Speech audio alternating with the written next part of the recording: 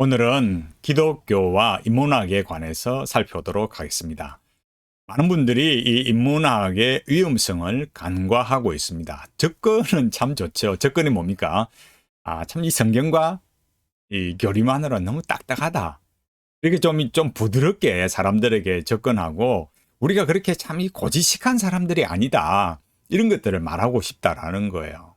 그래서 일반 사람들에게, 저 세상 사람들에게 뭔가 좀 부드럽게 접근하고 또 어떤 좀 지식적인 차원에서도 함께 뭔가 이 일을 공유해서 전도할 때도 좀 뭔가 이런 오해와 또 이런 차이를 이렇게 좁혀서 뭔가 이렇게 기독교를 바르게 전하고 싶다. 이런 어떤 열망에 있어서는 마치 참 좋아 보이는 것 같지만은 그러나 사실은 그런 내용들이 기독교를 완전히 파괴시킨다라는 것들을 잘 알 필요가 있습니다. 왜 그러느냐?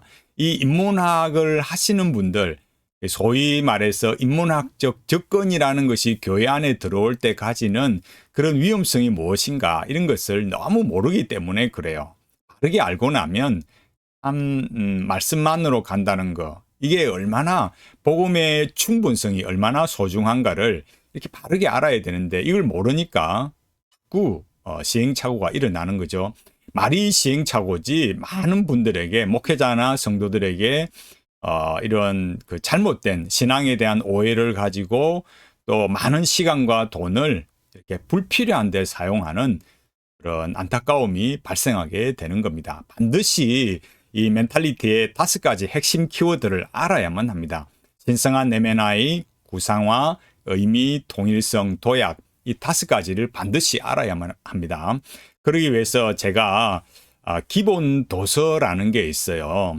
내적 치유와 내면 나의 내적 치유와 구상화, 의미와 통일성, 신의 산 언약과 도약, 요 4권이 있습니다. 책 읽고 가시면 훨씬 빠르게 갈 수 있고 또 목회자들의 설교, 또 목회 현장, 성도들의 신앙과 살아가는 삶에 있어서 결국 인간이라는 것이 이 의미와 통일성을 어떻게 부여받느냐, 여기에 달려 있구나, 이런 것들을 참 정말 탁월하게 말씀을 통해서 이 복음의 충분성으로 갈 수 있습니다. 오늘 제가 이렇게 기독교와 인문학에 관해서 말할 때 특히 이런 일들 중에 많은 분들이 두각을 나타내지만 그랜드 마스터 클래스나 또 뭐 문학 이런 부분에 있어서 아주 많은 영향력을 끼치고 있는 이어령 박사님에 대해서 이렇게 살펴보려고 해요. 이어령 박사님을 보면 이 기독교와 인문학이 가지는 것이 얼마나 위험한가 이런 것들을 잘 알 수 있습니다. 제가 자료를 보면서 이야기를 나누도록 하겠습니다. 자료 보면은 여기 조선일보, 제가 전에 그 2013년 12월 그죠, 여기에 이 송년 대담에서 나와 있듯이 이런 기자가 이런 질문을 했어요. 종교를 받아들이면서 일회성 존재도 극복하고 사후에 대한 확신을 얻었습니까? 라고 했을 때 이어령 박사님이 뭐라고 하시냐면, 내게 종교는 죽으면 어떻게 달라지고 천당에 가는 것을 뜻하지 않아요. 존재에 대해 고민하고 답을 얻는 과정일 뿐이지요. 이렇게 말했어요. 그러니까 이어령 교수님을 많은 분들이 존중하지만 이어령 교수님에게 있어서 종교는 죽으면 뭐 어떻게 달라지고 천국 가고 이런 게 전혀 이렇게 아니에요. 똑바로 이렇게 보셔야 됩니다. 그분이 아무리 하나님을 말하고 기독교를 말해도 우리가 말하는 그런 신앙적 개념은 아니라는 거예요. 이런 것들을 우리가 분명하게 봐야 됩니다. 근래 이제 기사가 하나 떴는데, 그게 뭐냐면은 서울신대 이렇게 강의를 했어요. 그 인문학 강의를 했는데, 그 인문학 강의에 대한 그 자료들이 크리스천 투데이에 나와 있는데, 그 내용들을 보면 기독교 인문학이 가지는 것이 얼마나 위험하냐, 또 그런 내용들은 이런 방향으로 가는구나, 내용이 이런 거구나라는 것을 정확하게 우리가 알 수 있습니다. 혹 어떤 분이 제가 크리스찬 투데이 이 자료를 인용한다고 해서 제가 크리스찬 투데이에 대해서 호의적이냐 이렇게 생각하는 분들이 있는데 전혀 그렇지 않습니다. 다만 자료만 제가 가져오는 거지 오해를 하지 않으시면 좋겠습니다. 여기에 보면 인문학에 대한 쭉 설명들을 하면서 이제 그 교회에서 제발 오병이어 말하지 말자. 이 기사 전부 다 내용을 말하면 시간이 너무 걸리기 때문에 인문학에 관한 핵심적인 부분만 제가 말씀을 드리겠어요. 그래서 오병이어를 말하면서 예수님이 얼마나 쓸쓸하시겠냐. 그래서 부자 되고 배부른 이야기가 아니고 영혼의 말씀을 말하는데 제 아들은 자꾸 사람들이 그렇죠. 자꾸 음식 이야기 하니까 자기를 쫓는 제 아들이 그렇게 참 말씀보다는 빵에 사람들이 관심이 있더라는 거죠. 그래서 교회가 이걸 잘못 해석해서 예수님을 믿으면 돌덩이로 5천 명을 먹이는 이런 권능을 가진다고 이렇게 생각한다. 그러면서 그게 사인이지 그게 어떤 목적, 빵이 아니다. 이런 사람들이 생각하는 것처럼 자꾸 이렇게 인간의 어떤 욕망을 채워주는 거 아니다 이거죠. 이렇게 말하면 꽤나 이 이어링 박사님께서 성경의 굉장히 어떤 본질을 잘 알고 있는 것처럼 말하는 것 같지만 도대체 이 사인이 무엇인지 목적이 무엇인지 여기에 대해서 제대로 말하지 않습니다. 그러니까 예수님이 참된 생명의 빵이고 그래서 예수 그리스도를 믿어야만 영생을 얻는다. 인간이 죄인이기 때문에 예수 그리스도의 십자가의 피를 그 피를 통해서 대속을 받는 그 의로움을 받는 그 믿음을 가져야 된다. 이렇게 말하지 않는다라는 거예요. 이어서 나오는 내용이 뭐냐면 이렇게 말하는 거예요. 그 말씀이라는 게 뭐냐? 생명의 말씀이 있다. 생명의 떡이 있다. 그 사인이 뭐냐라고 할 때 이렇게 해석하는 거예요. 말씀은 뭐예요? 인문학으로 바꿔보면 실용적으로는 돌을 빵으로 만드는 것이지만 인문학은 죽지 않는 최고의 빵을 만드는 사람이다. 먹어서 죽는 빵을 만드는 게 아니다. 그건 값어치 없는 거다. 사람들이 소문을 듣고 예수님 말씀 보고 찾아오는 게 아니라 기적을 보고 구름대처럼 몰려들었다. 얼마나 쓸쓸하셨겠냐. 빵 주시러 오셨어요? 예수님이 무슨 빵가게 주인이요? 그런데 여기 빵 만드는 사람 있다고 오니까 저들이 왕대라 할까 무섭다고 산으로 피하셨다. 그러니까 여기도 보면은 그 예수님이 어떻게 그런 어떤 없이 어떤 사람들이 바라는 것처럼 그런 어떤 욕망을 채워주는 그런 관점이 아니다 이거죠. 그런데 그러니까 그 인문학을 뭐라고 말하냐면은 이런 사건을 보면서 인문학은 죽지 않는 최고의 빵을 만드는 사람이다. 그렇게 말한 거예요. 그러니까 지금 예수님을 마치 뭘로 보고 있습니까? 인문학적 관점에서 이렇게 해석하고 바라보고 있다라는 거예요. 그러니까 우리 여기서 봐야 될 것은 예수님을 이렇게 이 인문학적 관점으로 해석하고, 그러니까 쉽게 말하자면 이 교회 안에 인문학을 가져와서 성경을 해석하게 되면 이 이어링 박사님이 가시는 것처럼 이런 관점을 가질 수 있다. 이런 것들을 우리가 볼 수 있다라는 거예요. 그래서 예수님께서 여기 말씀하신 거에 대해서 이어링 박사님이 뭐라 하시냐면은 그때 모든 왕국을 내게 주겠다고 한 번만 경배하라 하니 예수님이 뭐라고 하셨는가? 마귀야 물러가라고 하셨다. 그런데 오늘은 오히려 거꾸로 돼서 지상의 왕국을 준다고 하면 경배하겠다고 한다. 그런 가치의 혼란 속에 여러분이 살고 있다. 여러분이 크리스천이 되고 독실하라는 얘기하려는 게 아니다. 그런 패러다임, 죽는 빵과 죽지 않는 빵만 있다면 인문학을 선택하지 않았더라도 인문학적 공학과 인문학적 정치가 인문학적 CEO가 될 수 있다. 그러면 원하지 않아도 돈이 생기고 축복이 온다. 이렇게 말했어요.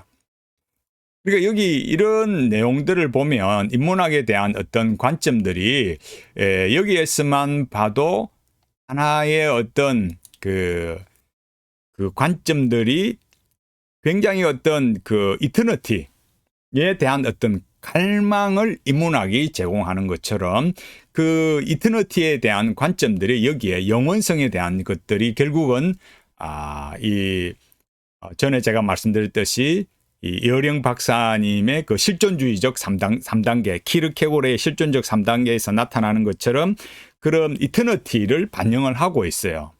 그러니까 이게 인간이 막 이렇게 노력해서 막 그 빵을 위해서 사는 그것만이 아니고 죽지 않는 빵, 그거 뭔가 이터니티를 제공하는 관점에서 예수님을 말하고 있다라는 거예요. 그리고 요 밑에 내려오면 뭐라고 하느냐면은 아주 해프닝을 말하면서 그 다음에 인문학이 뭐냐 이렇게 말하면서 결국 인문학자를 말하면서 여기 좀 더 제가 자료를 줄여서 예수님이 오셔서 라피처럼 당시 제사장처럼 레위 족속처럼 살았다면 지금 2000년 이상의 새 종교는 시작되지 않았다. 그런 점에서 종교로 보지 않고 예수로 봤을 때 하나밖에 없던 사람이 이렇게 본다면 종교 하나만이 아니라 인문학자가 되건 뭐가 되건 인문학자가 되는 길이다. 어려운 길이지만 이렇게 말했어요. 그러니까 예수님께서 하시는 게 뭐냐면 자기 이 형들에 비해서 말하면서 남다르게 사는 거, 반복을 싫어하고 남다르게 사는 걸 이렇게 말했는데, 그러니까 예수님이 오셔서 한 일이 뭐냐라고 말할 때에 그건 하나의 어떤 종교, 인간의 욕망을 채워주는 그런 어떤 종교가 아니라 뭔가 어떤 새로운 길을 개척하고 그게 어렵지만 남다르게 살아가는 거, 그런 그 관점의 그 인문학을 말해주고 예수님께서 바로 그런 일을 하셨다라는 거예요. 그래서 인문학에 대해서 이렇게 말할 때 밑에 내려오면은 인문학은 내 머리로 생각하고 only one이고 생명가치고 이게 종교 얘기는 아니라도 알 것 같다. 이렇게 말했어요. 그러니까 인문학이라는 게 인문학을 이렇게 설명할 때 뭔가 이렇게 여기서 말하는 생명 가치라는 게 우리가 말하는 것처럼 예수 그리스도를 믿어서 영생을 얻고 또 이렇게 천국에 가는 영원한 하나님의 나라의 백성으로 사는 그런 생명이 아니에요. 그러니까 여기 우리가 맥락에 보면 뭘 알 수 있습니까?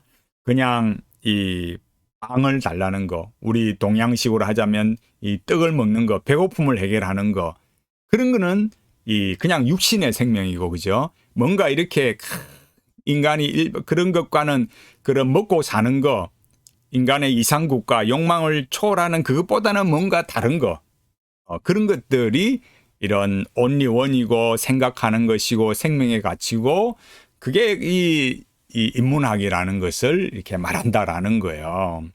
그래서 예수님 부활하셨을 때에 도마가 이렇게 예수님이 부활을 이렇게 확인하려고 했을 때 이렇게 예수님이 이제 어떻게 아니냐 했을 때 만져봐라.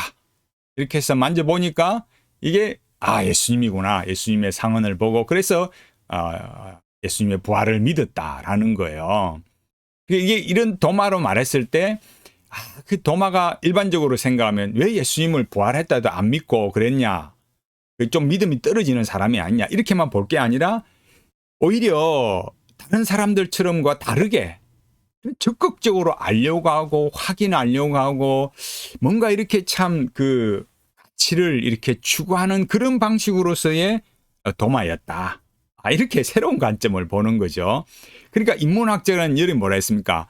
과학자들보다 삶의 가치를 아는 사람이고 삶의 가치라는 게 뭐냐? 그러니까 모든 순환과 어려움을 물리칠 수 있는 삶의 가치란 뭐냐? 영원한 빵이 뭐냐? 지금부터 잘 봐야 돼요.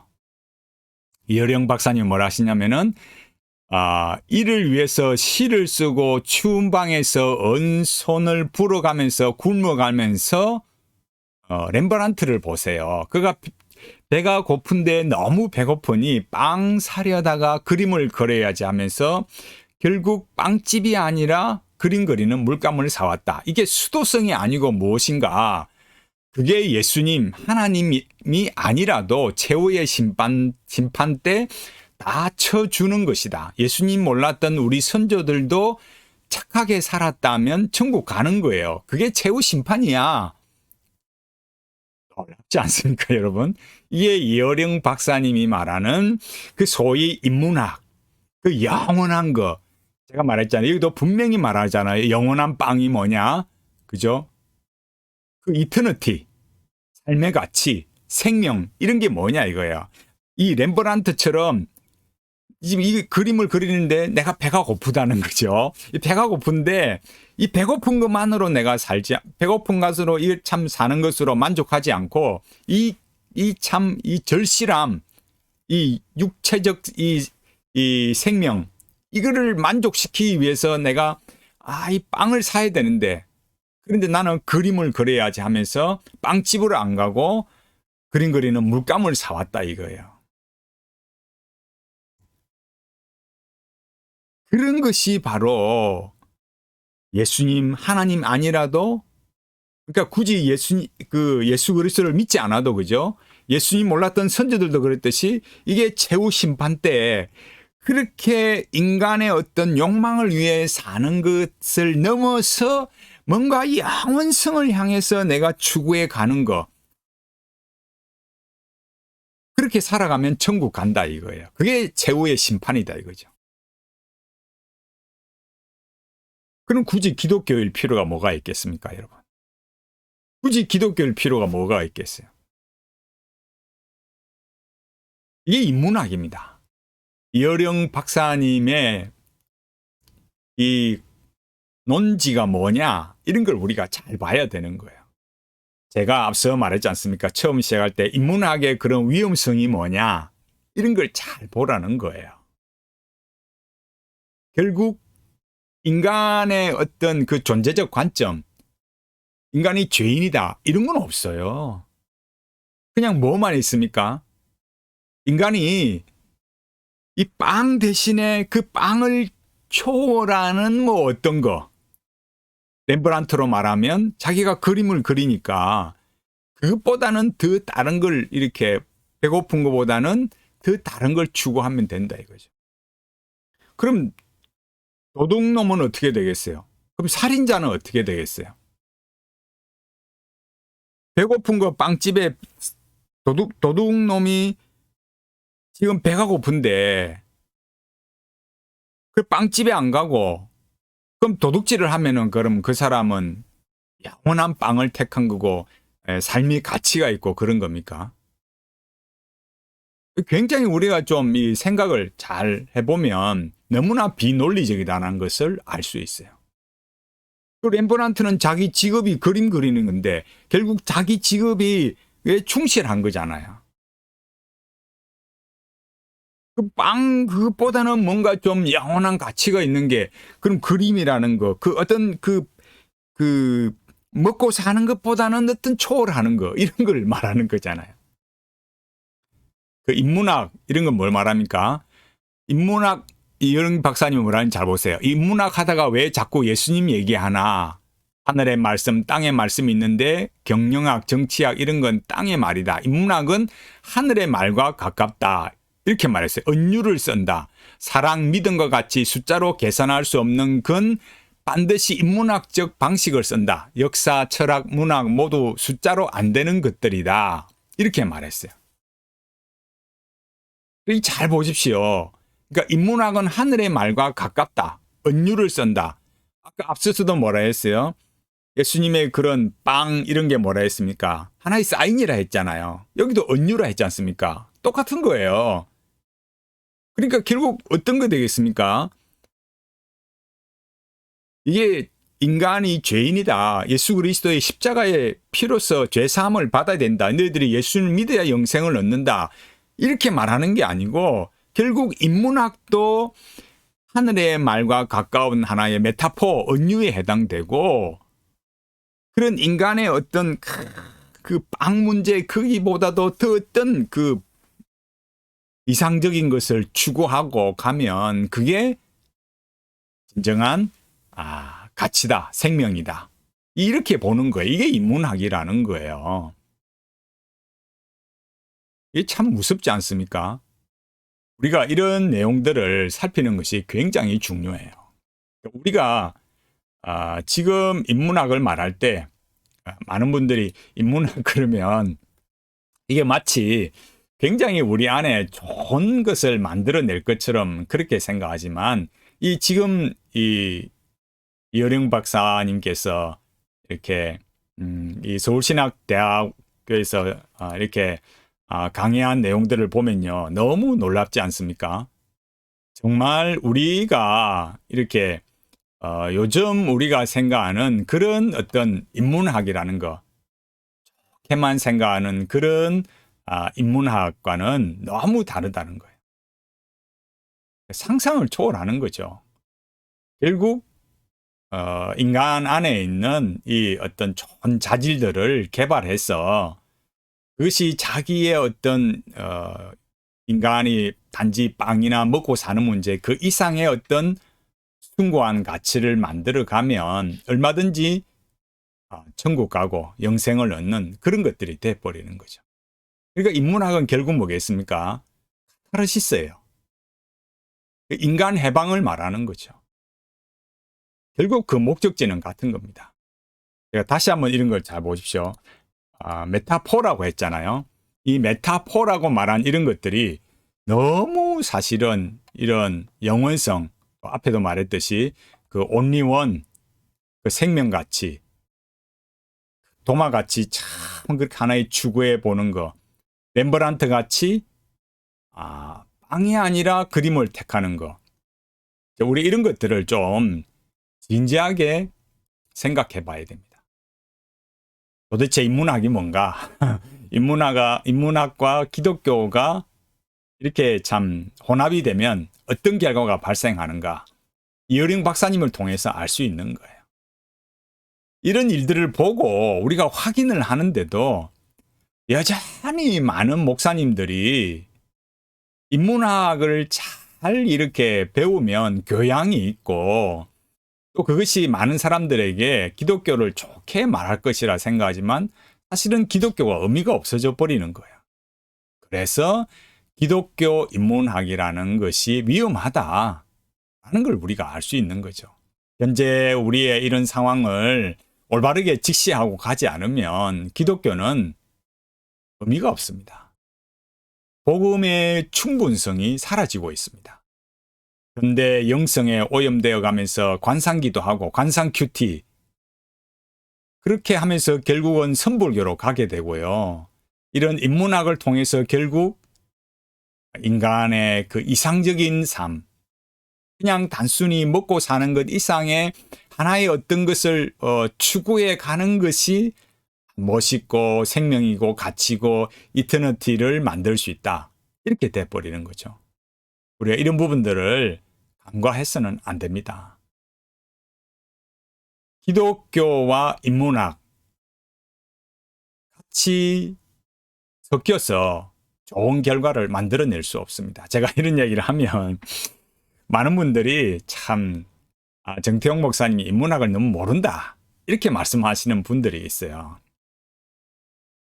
그 참 제가 계속해서 글을 올리면서 말씀드리겠지만은 인문학의 어떤 그 철학적인 흐름의 맥락을 이 멘탈리티의 5가지 핵심 키워드 신성한 M&I 구상화 의미 통일성 도약이라는 이 5가지 키워드로 잘 점검해 보십시오. 그러면 다릅니다. 정말 진짜 관점들이 달라집니다. 그냥 제가 다른 어떤 내용들로 막 이렇게 설명하는 것보다 제가 이어링 박사님을 통해서 말씀을 드렸잖아요. 목회자분들이 참 열심히 공부하는 거 얼마나 귀하고 좋습니까? 그러나 인문학과 섞이게 되면 결국 인문학 강자가 돼버리지 설교가요. 복음이 복음되게 나타나지 않습니다. 좋게 전달하고 싶은 그 의지가 있다면 이 멘탈리티의 5가지 키워드를 알고 바르게 가시면 됩니다. 목회자가 복음의 충분성을 가지고 있지 못하는데 이 복음만으로 증거하는 것을 부끄러워하는데 어떤 변화가 일어나겠습니까? 그렇다고 참 어떤 분들이 생각한 것처럼 무식하게 전한다? 그렇지 않습니다. 골이 답답하다, 참 이런 꼴통이다 그런 관점이 결코 아닙니다. 키워드 알면 이 복음의 충분성, 결국 의미와 통일성의 문제구나. 이걸 분명하게 알게 되는 거예요. 이어령 교수님의 이 강의 내용을 통해서도 뭘 알 수 있습니까? 그 이터니티, 그 영원성, 결국 그 문제잖아요.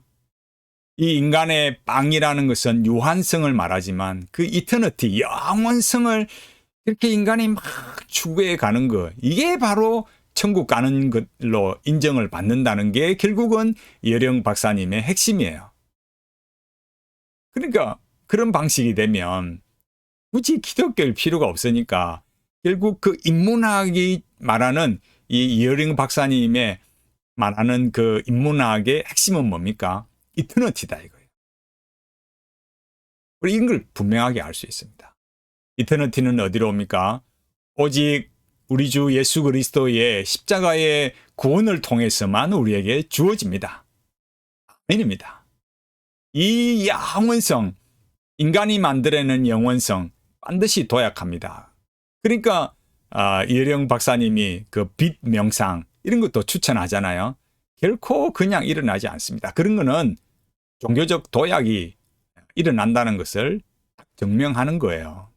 우리 삶에 있어서 이 신앙의 삶에 있어서 바른 길 가려면 결국 이 복음 안에서 예수 그리스도의 복음 안에서 의미와 통일성이 어떻게 주어지는가 이런 거를 분명하게 알아야 됩니다. 하나님 앞에서 우리의 신앙을 바르게 지켜가고 저 관상기도, 인문학 이런 것들과 혼합되지 않도록 다른 신앙의 길을 걸어가야 되겠습니다. 지금은 제가 이런 말씀을 드릴 때 참 이렇게 마음에 끓이낄 수도 있고 이렇게 충격이 될 수도 있고 쉽게 믿어지지 않으실 거예요. 그러나 제가 말하는 것들 잘 한번 생각해 보십시오. 곰곰이 생각해 보시고 결국 그 이어령 박사님이 말씀하시는 그 인문학은 이터니티다. 인문학은 영원성이다. 그 핵심이 이렇게 나오잖아요. 그러면 우리는 예수 뭐 하려 믿었냐 이거예요. 그 이터니티, 영원성 이게 어디로 오냐? 그걸 예수 그리스도의 복음으로 우리에게는 주어진다. 그 구원과 언약 안에서 우리는 충만하게 누리고 있다. 세상은 그 이터니티를 공급받지 못해서 결국은 도약을 감행하더라. 이걸 딱 보면 길이 다릅니다.